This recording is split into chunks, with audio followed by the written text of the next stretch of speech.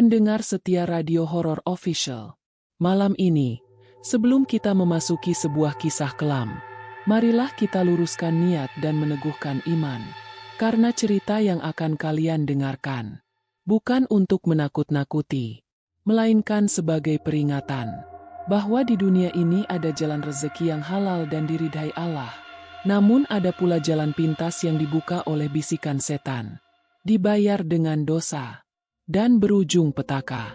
Kisah malam ini mengajarkan satu hal penting. Tidak ada kekayaan yang datang tanpa izin Allah, dan setiap perjanjian dengan selainnya akan berakhir dengan penyesalan. Maka jika di tengah cerita nanti, kalian merasa merinding, hati terasa sempit, atau bulu kuduk berdiri, ingatlah, Allah Maha Melindungi. Selama kita berserah dan menyebut namanya, tarik napas perlahan, kosongkan pikiran, dan ucapkan dalam hati, Hasbiallahu la ilaha illallah. Karena setelah ini, kita akan memasuki sebuah kisah tentang keserakahan, pesugihan, dan warung mie ayam, yang melupakan bahwa rezeki sejati tak pernah datang dari jalan gelap. Selamat mendengarkan, dan semoga kita semua selalu berada dalam lindungan Allah Subhanahu wa Ta'ala. Wassalamualaikum warahmatullahi wabarakatuh. Lilin 2 Radio Horor Official. Hiburan malam, penuh peringatan iman.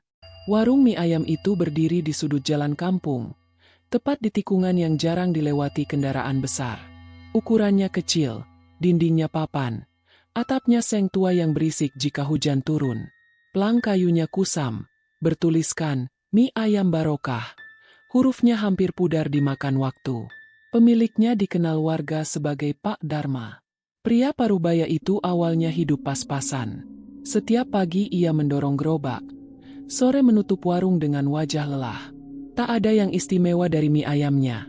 Rasanya biasa, porsi sederhana, harga murah. Namun semua berubah sejak 3 bulan terakhir. Tanpa promosi, tanpa renovasi besar, warung kecil itu mendadak tak pernah sepi. Pagi baru buka, antrean sudah mengular. Siang, kursi penuh. Malam hari, bahkan lewat tengah malam, masih ada orang yang datang, duduk, dan memesan semangkuk mie ayam panas. Yang membuat warga mulai gelisah. Pelanggan datang dari berbagai arah. Ada yang mengaku tidak sengaja lewat. Ada pula yang berkata, seperti dipanggil. Bahkan saat hujan deras mengguyur kampung, warung itu tetap terang, ramai, dan berisik oleh suara mangkuk beradu. Pak Dharma pun berubah. Wajahnya yang dulu kusam kini terlihat segar. Ia mulai memakai cincin besar di jarinya. Jam tangan mahal melingkar di pergelangan. Uang selalu ada di laci kas. Terlalu banyak untuk ukuran warung sekecil itu. Namun ada satu hal yang paling sering dibicarakan warga. Warung itu tak pernah benar-benar tutup. Lampu dapur selalu menyala hingga dini hari. Kadang terdengar suara air mendidih. Sendok logam beradu dengan panci. Padahal tak ada satupun karyawan yang terlihat. Beberapa tetangga mengaku, saat lewat tengah malam, mereka melihat bayangan tinggi berdiri di balik tirai dapur. Diam, tak bergerak, seolah menunggu. Dan setiap kali bayangan itu muncul, keesokan harinya warung justru semakin ramai. Tak ada yang berani bertanya langsung pada Pak Dharma. Tapi di balik bisik-bisik warga, satu kalimat mulai sering terdengar. Mie ayamnya laris. Tapi kayaknya bukan cuma pembeli manusia yang datang. Bagian pertama ini hanyalah awal. Karena tak lama lagi, rahasia dapur warung mie ayam itu akan mulai tercium. Bukan hanya oleh manusia, tapi juga oleh sesuatu yang lapar akan tumbal. Perubahan Pak Dharma tak berhenti pada ramainya warung mie ayam itu. Dalam hitungan minggu, kabar tentang kekayaannya menyebar cepat di kampung. Rumah papan yang dulu reot tiba-tiba direnovasi. Dinding diplester, lantai diganti keramik mengilap, pagar besi hitam berdiri kokoh, lengkap dengan lampu taman yang menyala semalaman. Yang paling membuat warga tercengang, suatu pagi sebuah mobil hitam terparkir di depan rumahnya. Tak ada yang pernah melihat Pak Dharma mengajukan pinjaman ban. Tak ada cerita ia menang undian. Namun uang seolah mengalir tanpa henti ke tangannya. Di warung, laci kas tak pernah kosong. Setiap sore, Pak Dharma menghitung uang sendirian di pojok, wajahnya datar, tanpa ekspresi senang seperti orang baru kaya pada umumnya. Justru matanya sering tampak cekung dan merah, seolah ia jarang tidur. Kejanggalan lain mulai terlihat oleh Rudi, karyawan lama yang sudah membantu Pak Dharma sejak warung itu masih sepi. Rudi heran. Bahan mie ayam yang datang ke warung tak pernah sebanding dengan jumlah pembeli. Ayam yang dibeli sedikit, mie mentah secukupnya, tapi kuah di panci besar itu tak pernah habis. Setiap kali hampir kosong, Pak Dharma hanya masuk ke dapur, menutup tirai, dan beberapa menit kemudian panci kembali penuh, mengepul panas. Pernah suatu malam, Rudi memberanikan diri bertanya, "Pak, ayamnya kok awet banget ya? Dari kemarin kayaknya itu-itu aja." Pak Dharma berhenti menyendok kuah. Tangannya gemetar sebentar. Lalu ia menoleh dengan tatapan dingin. "Kerja aja yang bener, Ruth," ucapnya pelan, tapi menusuk. "Urusan dapur, bukan bagianmu." Sejak saat itu, Rudi merasa tak nyaman berada di warung saat malam. Ia sering mencium bau anyir samar bercampur aroma kaldu. Bukan bau ayam mentah, lebih mirip bau besi berkarat yang basah. Yang paling membuatnya merinding, setiap malam Jumat, selalu ada satu pembeli terakhir. Orang itu datang sendirian, duduk membelakangi warung. Wajahnya tertutup bayangan lampu. Setelah makan, ia tak pernah terlihat keluar. Dan anehnya, Pak Dharma selalu menghitung uang dengan wajah pucat setelah pembeli itu datang. Keesokan paginya, kabar buruk selalu beredar. Ada warga yang sakit mendadak, ada yang kecelakaan tanpa sebab, ada pula yang menghilang. Warung mie ayam itu semakin laris. Pak Dharma semakin kaya. Namun perlahan, sesuatu mulai menuntut bayaran. Dan Rudi mulai sadar, kekayaan ini datang terlalu cepat untuk bukan apa-apa. Sejak malam Jumat itu, aturan di warung mie ayam berubah. Pak Dharma mengumpulkan seluruh karyawan, hanya 3 orang, di depan etalase. Wajahnya tegang, suaranya berat seolah menahan sesuatu di dada. "Mulai sekarang," katanya pelan, "setelah adzan maghrib, tidak ada satupun yang boleh masuk dapur." Rudi dan 2 karyawan lain saling pandang. "Tapi, Pak, kalau masih ada pembeli?" tanya salah satu dari mereka. Pak Dharma mengangkat wajahnya perlahan. Matanya tajam, tidak berkedip. "Kalau masih ada yang makan malam, biar saya yang urus. Kalian pulang." Sejak malam itu, setiap kali jarum jam menunjuk pukul 6, tirai dapur langsung ditutup rapat. Kunci besar dipasang dari luar. Pak Dharma menghilang di baliknya. Anehnya, suara dari dapur tak pernah berhenti. Air mendidih, sendok logam beradu, panci digeser. Kadang terdengar seperti ada lebih dari 1 orang di dalam.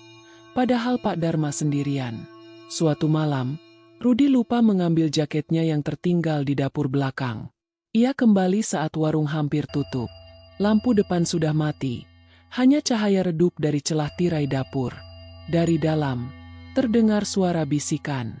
Bukan suara Pak Dharma. Bahasanya asing, berat, seperti orang berbicara sambil menahan amarah. Lalu terdengar suara lain, lebih dalam, seperti menggeram pelan. Rudi memberanikan diri mengintip lewat celah papan. Ia melihat panci besar terbuka. Kuah di dalamnya berwarna lebih gelap, hampir hitam. Dan di belakang Pak Dharma, berdiri sosok tinggi kurus. Kepalanya hampir menyentuh langit-langit dapur. Kulitnya hitam legam, lengannya panjang, dan wajahnya tak punya mata. Pak Dharma menyendok kuah sambil berbisik ketakutan. "Sebentar lagi, sabar, masih banyak yang datang." Sosok itu menunduk perlahan, lalu mulutnya terbuka lebar, terlalu lebar untuk ukuran manusia. Rudi menutup mulutnya sendiri agar tak berteriak. Kakinya gemetar. Tubuhnya kaku. Saat ia mundur, papan lantai berdecit keras. Suara dari dapur langsung berhenti. Tirai bergoyang pelan. Dari balik kain itu terdengar suara berat. Dingin. Bukan suara Pak Dharma. "Kau, bukan bagian perjanjian." Rudi lari tanpa menoleh. Malam itu ia tak kembali ke warung. Keesokan harinya, Pak Dharma datang seperti biasa. tersenyum di depan pelanggan. Seolah tak pernah terjadi apa-apa. Namun di pintu dapur, tertempel tulisan kecil dengan spidol merah. Dapur tertutup setelah maghrib. Dan sejak malam itu, tak satu pun karyawan berani melanggar larangan tersebut. Karena mereka tahu, yang memasak di dapur bukan hanya manusia. Meski larangan dapur setelah maghrib sudah jelas, ada satu hal yang tak bisa dicegah oleh siapapun, bau. Awalnya samar, seperti besi basah bercampur kaldu ayam. Namun setiap malam, aroma itu semakin kuat, menusuk hidung, membuat mual, dan anehnya hanya tercium saat warung hampir tutup. Rudy, yang sudah berhenti bekerja, sering menceritakan pengalamannya pada warga. Namun orang-orang hanya menganggapnya berlebihan. Hingga suatu malam, Sari, karyawan perempuan yang masih bertahan, ikut merasakan kejanggalan itu. Malam itu hujan turun deras. Warung sepi. Pak Dharma sendirian di dapur. Tirai tertutup rapat. Sari sedang membereskan meja ketika bau anyir itu datang tiba-tiba. Begitu kuat sampai membuatnya menutup hidung. Bau itu bukan seperti ayam busuk. Lebih mirip darah segar. Sari menoleh ke arah dapur. Dari celah tirai, cairan gelap merembes ke lantai, bercampur air hujan yang masuk dari selap pintu belakang. Ia menelan ludah. Jantungnya berdegup cepat. Tak lama kemudian, Pak Dharma keluar membawa panci kuah baru. Asap mengepul, aromanya kembali normal, wangi bawang dan kaldu. Ini masih panas, katanya sambil tersenyum. Buat pelanggan terakhir. Sari memperhatikan tangannya. Kuku Pak Dharma hitam, seperti bekas tanah kuburan. Di lengannya, ada goresan panjang, masih merah. Malam itu, seorang pria datang makan sendirian. Tubuhnya kurus, pakaiannya basah kuyup. Ia makan dengan lahap, tak bersuara. Saat mangkuknya kosong, ia menatap Pak Dharma lama sekali. Akhirnya, gumam pria itu lirih. Tak lama setelah pria itu pergi, warung ditutup. Namun Sari tak bisa tidur malam itu. Dalam mimpinya, ia berada di dapur warung. Panci kuah terbuka. Di dalamnya bukan mie, melainkan potongan rambut, gigi, dan potongan jari manusia. Sosok hitam tinggi berdiri di belakangnya, berbisik di telinganya. Kuah ini, dari yang hilang. Sari terbangun sambil berteriak. Bau anyir itu masih ada di kamarnya. Keesokan paginya, kabar mengejutkan menyebar. Pria yang makan malam itu ditemukan meninggal di sungai. Tubuhnya kaku, wajahnya seperti menahan teror. Sari muntah mendengarnya. Ia ingin keluar dari pekerjaan itu. Tapi setiap kali ia berniat pamit, bayangan dapur dan suara bisikan itu selalu muncul di kepalanya. Dan sejak malam itu, bau anyir di balik kuah semakin sering tercium, seolah panci itu menuntut isi baru. Tak ada lagi yang bisa disembunyikan oleh Pak Dharma. Malam itu hujan turun rintik-rintik. Warung sudah tutup lebih cepat. Sari masih duduk di bangku kayu depan, menunggu Pak Dharma memberinya izin pulang. Wajah perempuan itu pucat, matanya cekung, seolah sudah berhari-hari tak tidur. Pak Dharma keluar dari dapur dengan langkah berat. Tangannya gemetar saat mematikan lampu. "Kamu mau tahu kenapa warung ini nggak pernah sepi, kan?" ucapnya lirih. Sari menelan ludah. Ia tak menjawab, tapi wajahnya sudah cukup menjadi jawaban. Pak Dharma duduk di depannya. Untuk pertama kalinya, pria itu terlihat sangat tua. "Dulu, aku hampir bangkrut," katanya. "Utang di mana-mana. Anak istriku pergi. Aku cuma punya warung ini." Suara hujan mengiringi pengakuannya. Suatu malam, dalam keputusasaan, Pak Dharma naik ke sebuah gunung yang dikenal angker oleh warga. Ia membawa sesajen seadanya. Tak ada niat jelas, hanya harapan agar hidupnya berubah. Di tengah hutan, ia bertemu sosok tinggi hitam yang kini sering muncul di dapur. Makhluk itu tidak berbicara dengan mulut. Suaranya langsung menggema di kepala. "Aku bisa membuat daganganmu tak pernah sepi. Tapi kau harus memberi makan dapurmu." Pak Dharma mengira itu hanya simbol. Ia mengangguk. Kesalahan terbesarnya ada di sana. Perjanjian itu sederhana namun kejam. Setiap waktu tertentu, harus ada jiwa yang tersaji.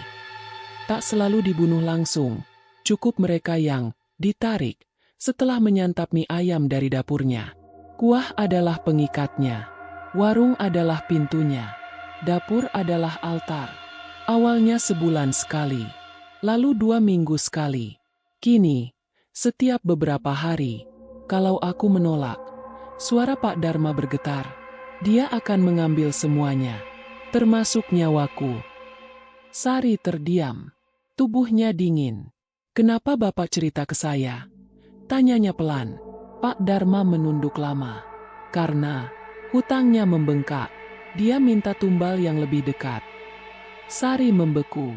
Di belakang mereka, tirai dapur bergerak sendiri.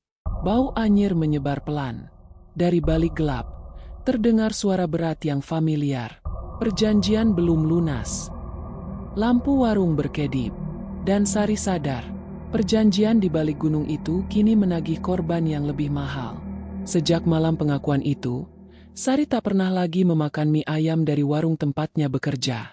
Namun pelanggan lain tidak tahu apa-apa. Setiap hari, warung justru semakin ramai. Orang-orang datang dengan wajah lelah, murung, bahkan putus asa. Seolah ada sesuatu yang menarik mereka ke kursi kayu warung itu, memaksa mereka memesan semangkuk mie ayam panas. Yang aneh, banyak dari mereka mengaku tidak lapar. "Aneh ya, saya dari rumah niatnya nggak mau makan," kata seorang bapak setengah baya sambil tersenyum kaku. "Tapi kaki ini jalan sendiri ke sini." Sari hanya bisa menunduk saat menyajikan pesanan. Satu persatu, tanda-tanda mulai terlihat. Seorang pemuda yang sering nongkrong di warung mendadak jatuh sakit. Tubuhnya kurus kering, matanya kosong, seperti kehilangan semangat hidup. 2 hari kemudian, ia meninggal di rumahnya. Dokter tak menemukan penyebab jelas. Seorang ibu yang sering membungkus mie ayam untuk anaknya, menghilang sepulang dari warung. Motornya ditemukan di pinggir sungai. Tubuhnya tak pernah ditemukan. Setiap kali kabar itu muncul, panci kuah di dapur selalu penuh. Pak Dharma semakin kurus. Rambutnya memutih cepat. Ia sering terdengar berbisik sendiri di dapur, seperti sedang menawar sesuatu yang tak terlihat. Sari pernah mengintip dari jauh. Ia melihat Pak Dharma menusuk jarinya sendiri dengan pisau dapur, meneteskan darah ke dalam panci sambil berucap gemetar, "Ini dulu, cukupkan ini dulu." Namun malam itu, suara geraman membalas dari kegelapan. "Itu bukan yang kami minta." Pada malam Jumat Kliwon, seorang anak kecil datang bersama ibunya. Anak itu terus menatap dapur. Matanya tak berkedip. "Bu," bisiknya, "di sana ada yang tinggi. Manggil aku." Ibunya tertawa gugup, tak menganggapnya serius. Itu adalah kesalahan. Keesokan paginya, anak itu demam tinggi. 3 hari kemudian, ia meninggal dengan wajah membiru, seolah kehabisan napas, padahal paru-parunya bersih. Sari menangis di kamar mandi warung. Ia sadar kini, tumbal-tumbal itu tak pernah dipilih. Mereka hanya datang, dan ditandai. Warung mie ayam itu bukan sekadar tempat makan. Ia adalah jerat halus bagi jiwa-jiwa yang lemah. Dan hutang Pak Dharma belum lunas. Makhluk dari gunung itu menginginkan sesuatu yang lebih berharga. Sesuatu yang tak bisa diganti.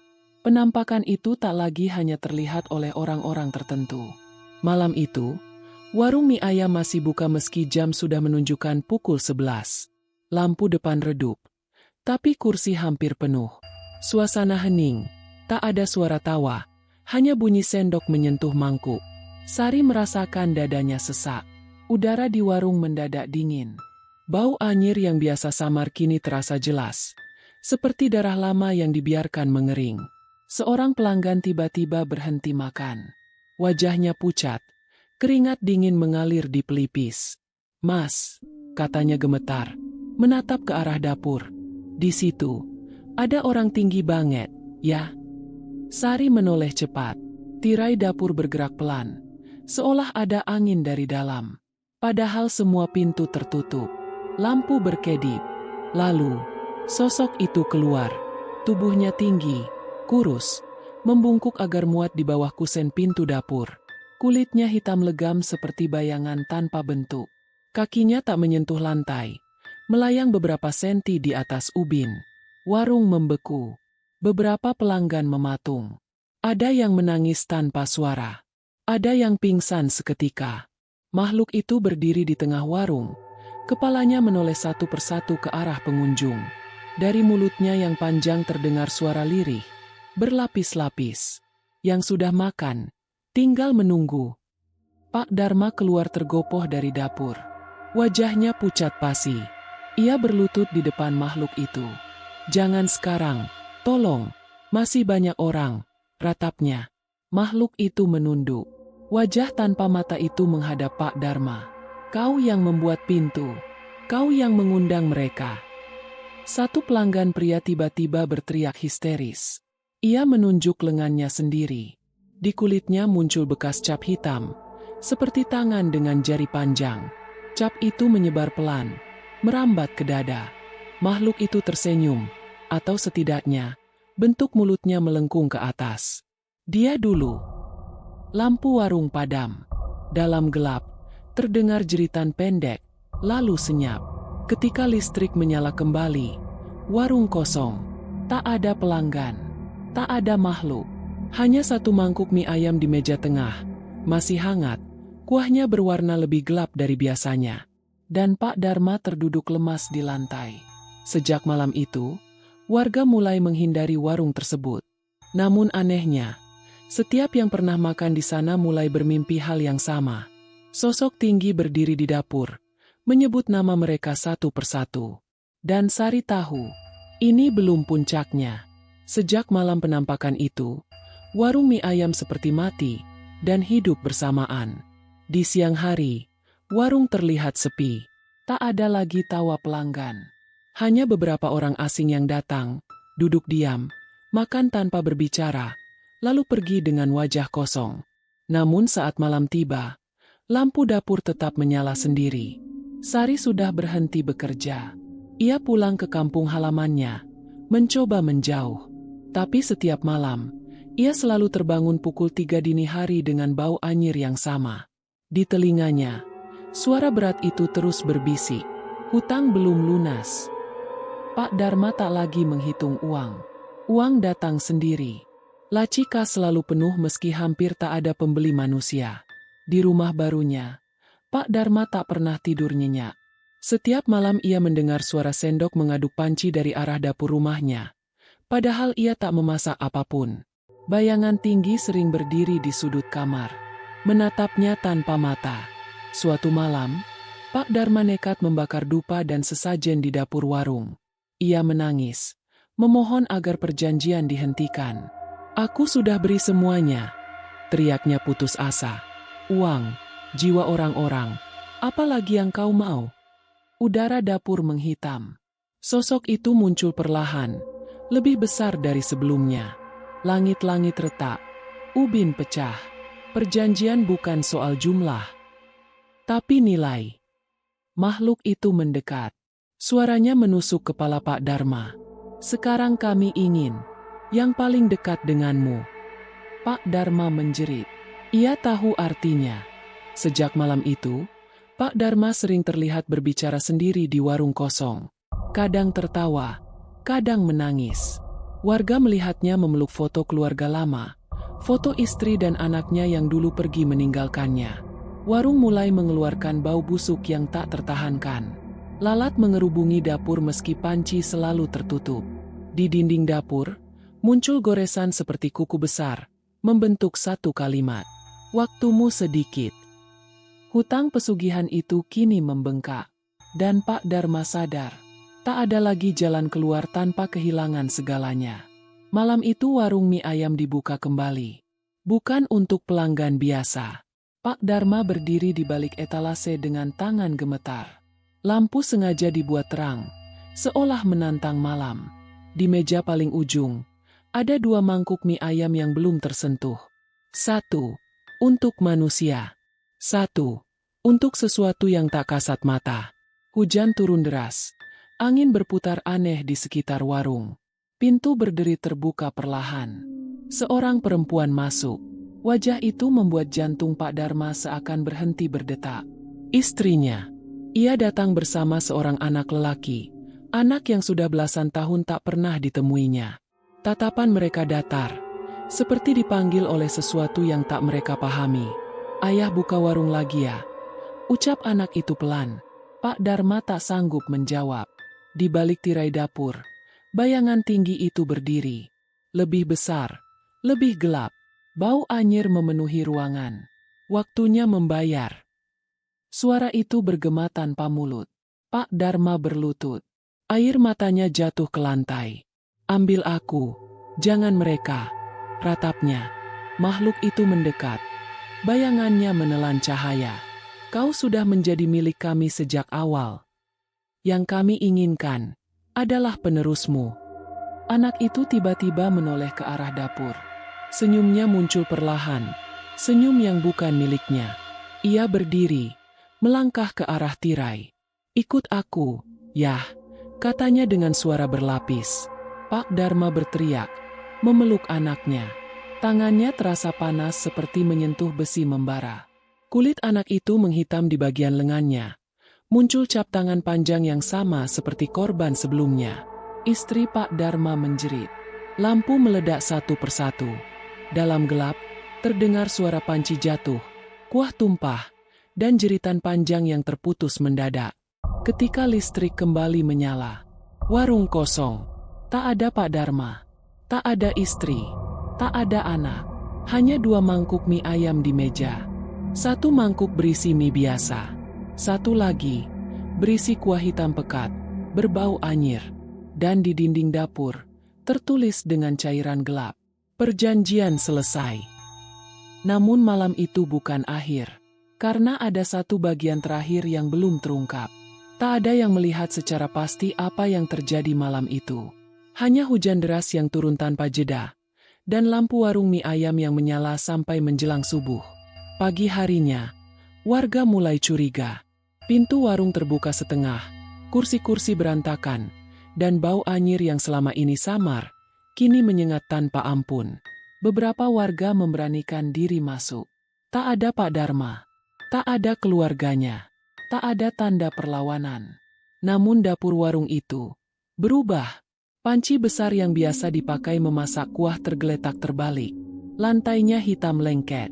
Bukan darah segar. Lebih seperti cairan tua yang sudah menyatu dengan ubin. Di dinding, bekas kuku panjang tercetak jelas. Seolah sesuatu diseret keluar dari dunia manusia.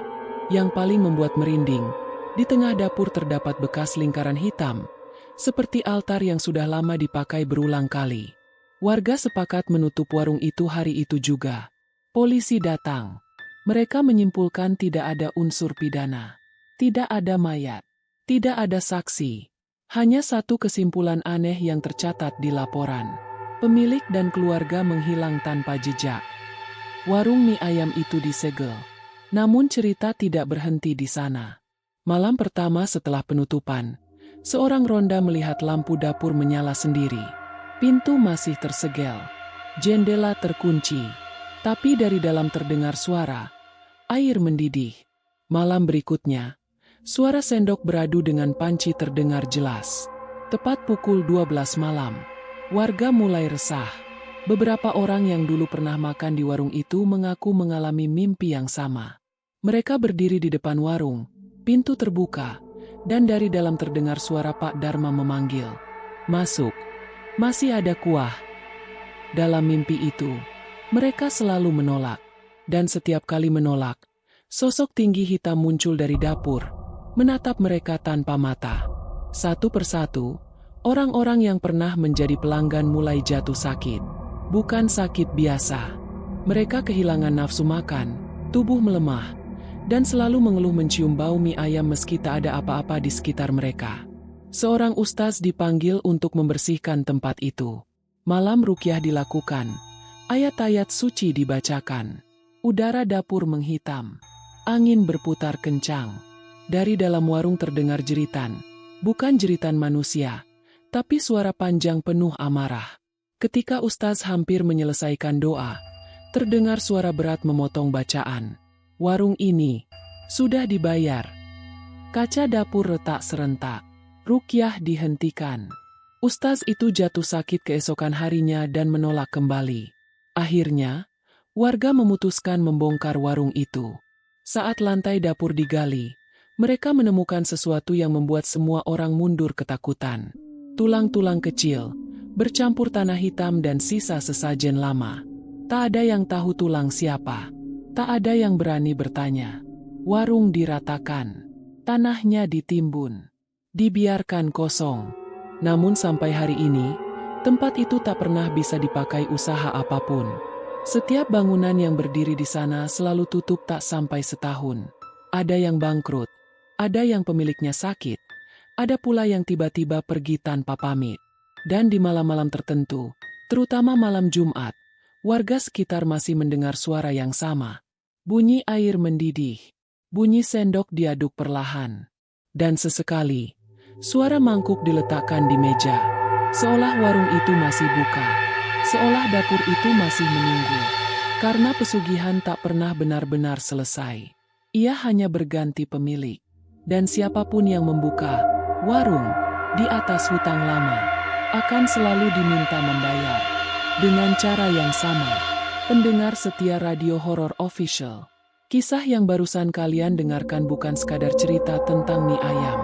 Bukan pula tentang warung yang tiba-tiba laris tanpa sebab.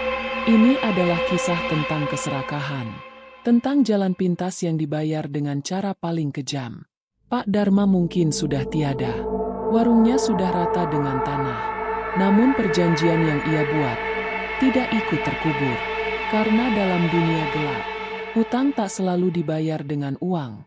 Dan kekayaan tak pernah datang tanpa harga. Jika malam ini kalian melewati warung yang terlalu ramai, terutama yang buka hingga larut, dan aromanya terasa berbeda dari biasanya, berhentilah sejenak. Jangan langsung duduk, jangan langsung memesan, karena bisa jadi kalian bukan hanya pelanggan, kalian adalah yang ditunggu. Saya pamit undur diri. Tetap kunci pintu, matikan lampu, dan pastikan tidak ada suara dari dapur saat rumah kalian sudah tertidur. Karena jika masih terdengar sendok diaduk pelan, itu bukan tetangga, itu pertanda ada perjanjian lama yang belum lunas.